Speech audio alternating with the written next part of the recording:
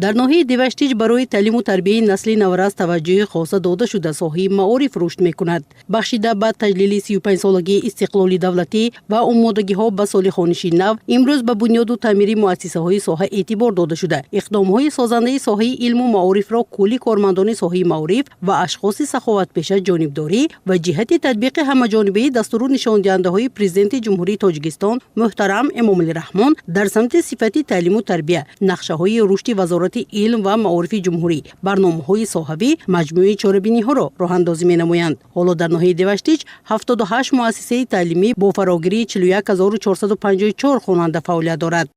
مؤسسه تحصیلات امامانی رقم 22 صنفخانه تعلیمی دارد، یک آشخانه، یک تالار کتابخانه و یک تالار برای مرکز انکشاف کودک.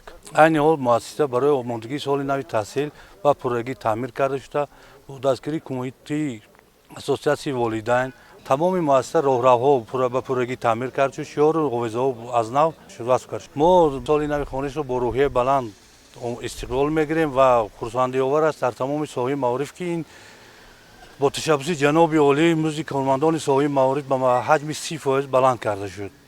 جامعه آموزگاران کارمندان تمام معارفیان ناحیه آن جمله مکتب 22 و روحیه بلند به سال خوانش نو آماده است.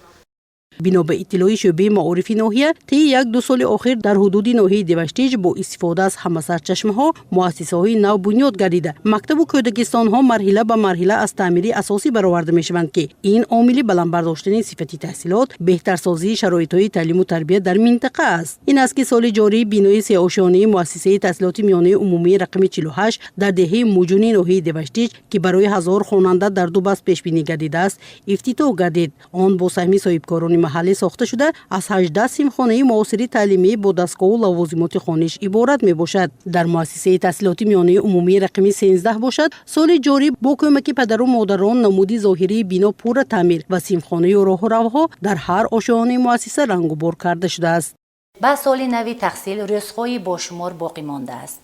در مؤسسه ما صنفخانه ها آماده، میز کرسو تعمیر و بینای مؤسسه پر رنگ و بار کرده شد.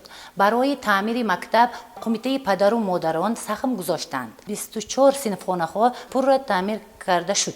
در برابر تکمیل نظام مؤسسه های ساحه نشان دهنده های صفت تعلیم و آموزش در این منطقه تامین می گردد. بنیاد به استفاده دادن بناهای علاوگی، کتابخانه و آشخانه و اشتراک فعالانه خوانندگان مؤسسه های مکتبی از ناحیه دیوشتیج در آزمون و المپیادهای فنی و جمهوری از رشد ساحه مهمی افضلیت‌ناک ساحه معارف در ناحیه دیوشتیج درک می دهد و در سمت آماده نمودن مؤسسه ها به سال خوانشی نو امروز چاره ها اندیشیده شده است.